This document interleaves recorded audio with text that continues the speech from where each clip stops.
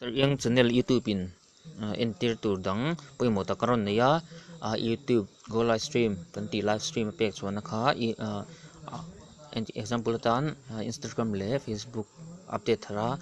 live stream page chonang thil khani ve ta ni YouTube an da ve renga YouTube a hian mani khan vanla sai lova le TV se live sai antia tinga ti dan kha aling ron da dona alinga big hian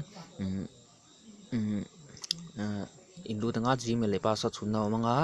gmail le password chun hom don chu chumi chu in sign in lu chuan in next sel ngai kalanga ta chuan go live stream ti lo manga ta chuan insta tanga ta chuan setting in guideline tu ser be kan khan in khoi don ni chu rin ain khoi har sa dawa vai khata ron no me lawa kha kha in trai ve nga ni chu hemi aling ron da tur an lawa hian YouTube monetize da no boka chu khami guideline amen lai khana ma monetize di in YouTube khata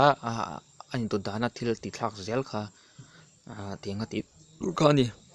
TV do ranga khun po du ya chu chu nang mani punin lo chang ani chu YouTube channel sem tu te khan chuan hemi link karon da hi lo copy nga anoi sok mi hin copy zo don ni athui search op tang hemi link khu in WhatsApp page a khan in lo type anga in click don nia hemi link atang hian live stream YouTube le ati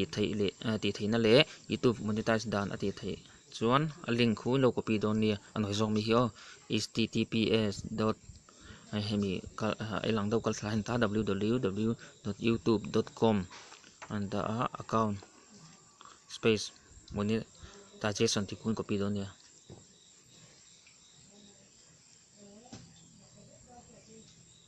tikhan YouTube YouTube channel link share dan karon tilang liang mi channel join kan channel te min lo subscribe da min lo share saksela min lo chang kai pui sel to re mi dang te min lo share saksel to le kan channel mi te video te min lo like min lo share call sak to le min lo en